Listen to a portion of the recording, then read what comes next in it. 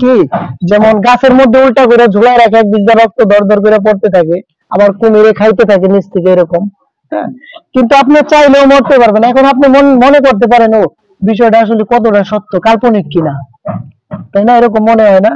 কিন্তু এটা সত্যতা জানার জন্য আপনাকে ছোট্ট একটা কথা বলি। আমাদের কিন্তু দুইটা দেহের কথা বলা আছে শাস্ত্রে। দুইটা দেহ কি কি কে বলতে পারে? কি?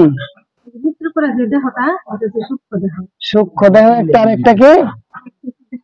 মাতাজি কিন্তু ভালোই পারে মাঝে মাঝে। তো একটা হচ্ছে সূক্ষ্ম দেহ, আরেকটা হচ্ছে স্থূল দেহ। এখন আমরা কোন দেহে আছি? স্থূল দেহে আছি। আচ্ছা, এখানে থাকার পরে কখন আমরা সূক্ষ্ম দেহ অনুভব করি? কে বলতে পারে? ঘুমের মধ্যে। সুন্দর একটা কথা বলছে। কিভাবে অনুভব করি? আচ্ছা, যদিও কাছাকাছি।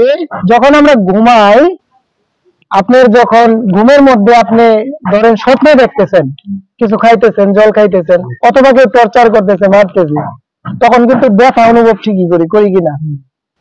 কিন্তু আমার দেহে কিছু হয়? দেহের কিছু হয় না, কিন্তু আমি অনুভব করি ঠিকই, করি না? আবার কোন জায়গায় যায় খাওয়া দাওয়া করলাম, ও পেট ফুল, মানে ভালো লাগতেছে তো, হ্যাঁ, তো দৌড়াইলে অস্থির লাগে। এই যে একটা অনুভূতি, এটা হচ্ছে সূক্ষ্ম দেহের অনুভূতি। তো মৃত্যুর পরে যখন আপনাকে কষ্ট দিবে, তখন স্থূল দেহ আর থাকবে না, তখন আপনার সাথে থাকবে কি? এই সূক্ষ্ম দেহ। তখন থাকবে কি? সূক্ষ্ম দেহ হয়ে যাবে। তখন থাকবে কি? সূক্ষ্ম দেহ। বুঝতে পারছেন?